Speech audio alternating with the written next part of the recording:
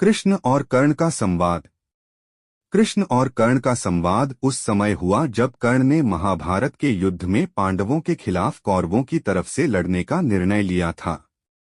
कर्ण एक महान योद्धा थे, लेकिन उनका जीवन बहुत ही कठिनाइयों से भरा हुआ था। उनका जन्म एक कर्ण के रूप में हुआ था, लेकिन समाज ने उन्हें हमेशा एक दरिद्र और निचली जाति का मान लिया। उनकी पूरी जिंदगी संघर्षों में बिता। वे पांडवों के साथ ही बड़े हुए थे, लेकिन एक समय ऐसा आया जब उन्होंने कौरवों की तरफ से लड़ने का निर्णय लिया, और इस निर्णय के साथ उनका दिल और आत्मा दोनों ही भ्रमित थे। कृष्ण का कर्ण को उपदेश। कृष्ण ने कर्ण से कहा, कर्ण, तुम अपनी शक्ति और सामर्थ्य से महान हो, लेकिन तुम्हारा दिल सच्चाई और धर्म से दूर हो गया है।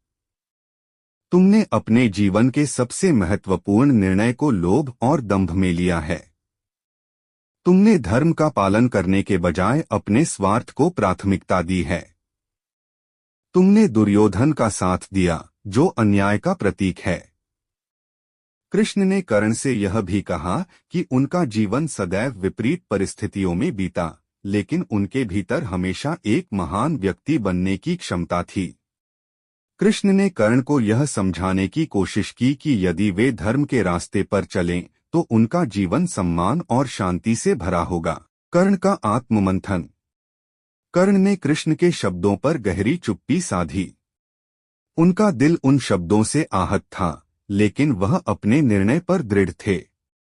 कर्ण ने कृष्ण से कहा, हे कृष्ण, मुझे आप पर विश्वास है, लेकिन मेरा जीवन हमेशा से कठिनाइयों से भरा रहा है। मेरे पास कभी कुछ नहीं था।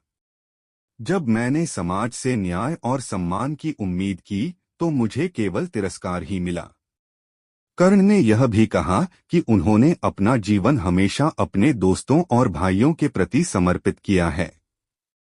दुर्योधन ने उन्हें सम्मान दिया, जबकि पांडवों ने कभी उनका साथ नहीं दिया। कर्ण ने इस दर्द को व्यक्त किया कि यदि वह पांडवों के साथ होते, तो क्या उन्हें समाज से वही सम्मान और अधिकार मिलता जो कौरवों के साथ लड़ने पर उन्हें मिला। कृष्ण का उत्तर। कृष्ण ने कर्ण से कहा, तुम्हारे दिल में जो महानता है, वह केवल तुम्हारे कर्मों से साबित हो सकती है, न कि दूसरों से मिले सम्मान से। तुमने दुर्योधन के साथ संबंध रखकर जो गलत किया है, वह तुम्हारे कर्मों की दिशा को बदल नहीं सकता। तुम्हें अपने कर्मों का फल भोगना पड़ेगा। जो न्याय के मार्ग पर चलता है, वही सच्चे शांति और संतुष्टि की ओर बढ़ता है। कृष्ण ने कर्ण को यह भी समझाया कि उन्होंने अपनी शक्ति का सही इस्तेमाल नहीं किया। उनके पास अद्भुत शक्ति और योग्यता थी, लेकिन उन्होंने उसे गलत रास्ते पर खर्च किया। कर्ण के लिए कृष्ण ने कहा कि एक आदमी का मूल्य उसके अच्छे कर्मों और सही रास्ते पर चलने की दिशा से होता है, न कि उसकी शक्ति या स्थिति से। कर्ण का निर्णय। कृष्ण का उपदेश सुनकर कर्ण के मन में उथल पुथल मच गई।